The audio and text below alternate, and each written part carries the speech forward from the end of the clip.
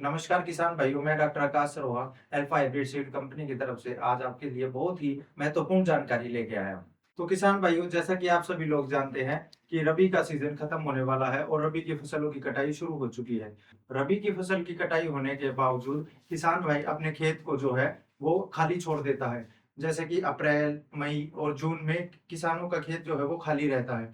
तो इस समय खेत को खाली छोड़ने से अच्छा है कि हम उसमें कुछ अच्छा करें। हम उसमें तीसरी फसल ले सकते हैं या फिर मैं कहूँ कि हम उससे अपनी मिट्टी की उर्वरकता भी बढ़ा सकते हैं। तो किसान भाइयों, अब हम बात करते हैं मूँग की फसल की। मूँग की फसल एक बहुत ही कम समय में तैयार होने वाली फसल है और इसके बहुत सारे फायदे होते हैं। किसान भाइयों, 15 मार्च से लेकर 15 अप्रैल के बीच में ज़ैद का सीज़न जिसको हम कहते हैं, उस समय हम मूँग की फसल को लगा सकते हैं। मूँग की फसल जो है वह बहुत ही कम समय में तैयार हो जाती है। इसको लगभग 2 से सवा 2 महीने लगते हैं और जो कि किसान को बहुत ही ज़्यादा मुनाफ़ा भी देती है। इसके काफ़ी सारे फ़ायदे होते हैं। अगर मार्च के सीज़न में अच्छी रेनफॉल हो जाती है, अच्छी बारिश हो जाती है, तो हमें मूँग की फसल में पानी देने की भी कोई आवश्यकता नहीं होती है। इसको लगाने के लिए 5 से 6 किलो बीज दर 1 एकड़ के लिए होती है। मात्र 10,000 रुपए के आसपास मूँग की फसल में खर्चा आता है और आप इसे 2 से सवा 2 महीने के अंदर 50 से 60,000 रुपए तक कमा सकते हैं।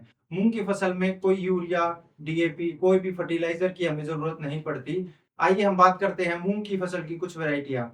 एमएच 1142, एमएच 421 और ग्रीनफील्ड करके अल्फा हाइब्रिड सीड कंपनी की 3 बहुत ही अच्छी वैराइटियाँ आती है, जो MED technology, micro encapsulated technology के द्वारा उपचारित की जाती है। अगर आपके एरिया में पीलेपन की बीमारी आती है, तो एमएच 1142 को आप लगा सकते हैं। इसमें पीलेपन की बीमारी नहीं आती है। आगे और भी जानकारी के लिए जुड़े रहिए। तब तक के लिए धन्यवाद।